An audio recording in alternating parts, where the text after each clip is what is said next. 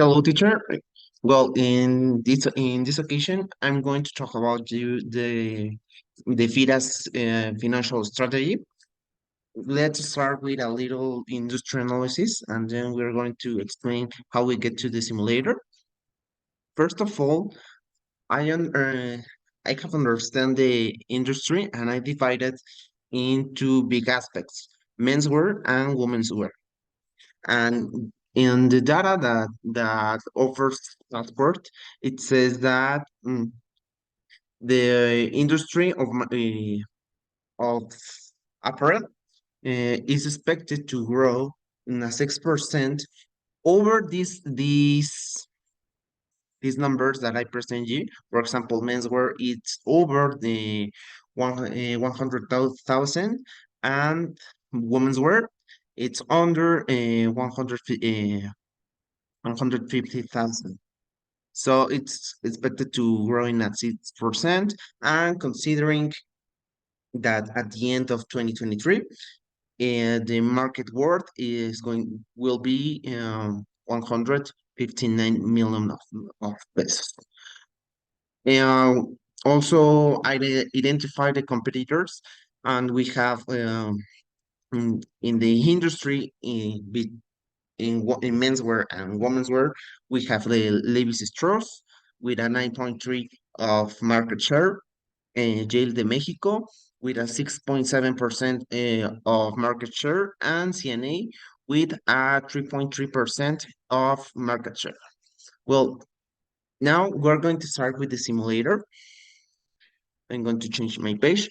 First of all, we have the base year that FIDA offers us, and we made the modifications to the simulator for each of 1 years, including the volume and the prices for each year. And then on FIDA offers us the fixed expenses, and we make the variations according to the information that they gave us for each year. And then we only start to make the financial statements. First of all, with the income statement, we consider the sales distribution to get the account receivable amount and the cash amount that they received at this year. Then the accounts payable of those years with the amounts and the days that there remains to pay these amounts. So we started to get the cash flow with the first year with the data of the last year and the balance sheet using also the um, the data that they gave us. But there's an specific and a specific data that I have select. This is the surplus.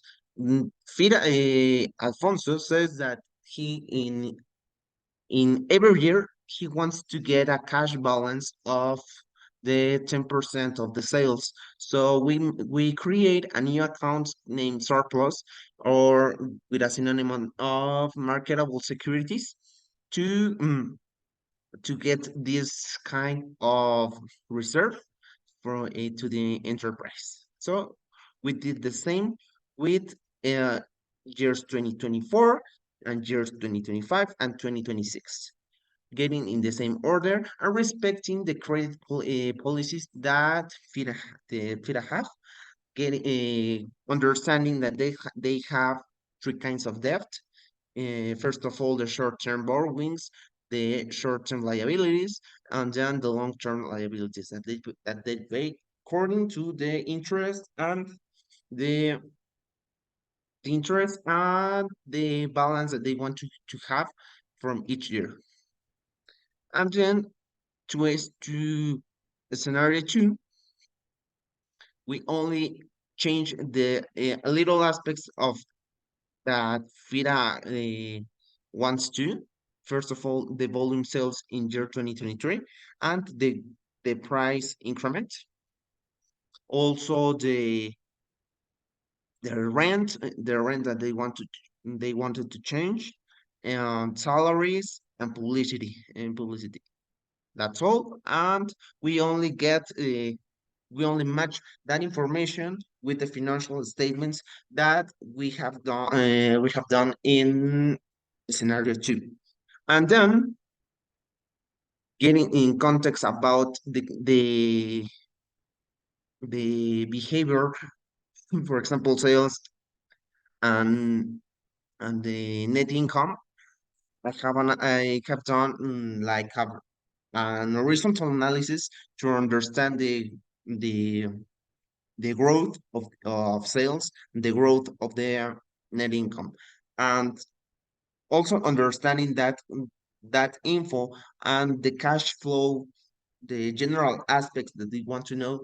I get to the conclusion that scenario one is the best scenario to Alfonso, because I'm considering that the net margin of apparel and textile industry, it's about 25 to 40 to 45 25 to 45%. So this scenario is growing uh, to feed to feed us margins to that kind of margins of the industry. By the other side, for example, scenario two, um, it's it's so far from the net margin, and also the sales don't have an increase so potential as a scenario one. So that are my conclusions. Thank you for your attention, teacher, and see you next week.